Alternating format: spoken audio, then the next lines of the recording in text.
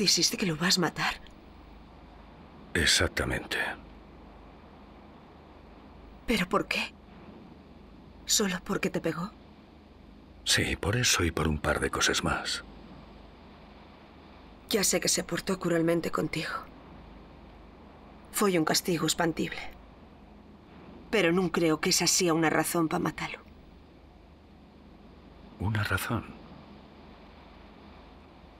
Tengo muchas. Tengo 1708. El número 10 que pasé Zarrau, nuna mina del penal de Sonora. Y el número de noches que pasé sacándome viárvenes de les llaves de los todiellos, con les rates corriendo pel miu cuerpo. Non logré dormir en 5 años, oyendo los clamíos de los presos cuando ellos cutían sabazmente hasta matalos. Non entiendo. ¿No entiendes? Pues non é tan difícil. Va 5 años en México los rurales copáronnos nun monte.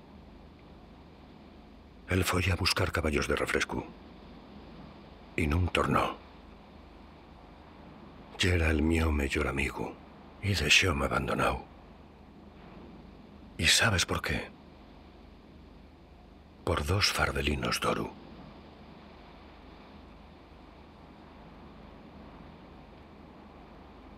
¿Estás seguro de que lo fixo?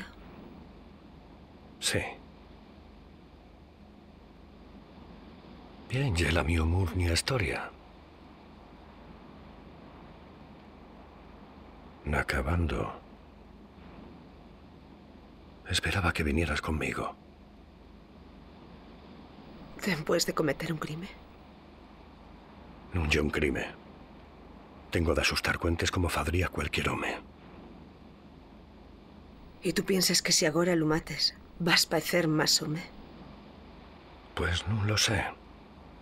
Pero mientras 5 años pensé en eso día y noche. Dábame rixo para seguir viviendo. Río, non hai muchas oportunidades na vida para ser feliz. Y creo que fallamos la nuestra. Non sabrías quién va a escaecer. ¿Escaecer? Mientras salían de un podre.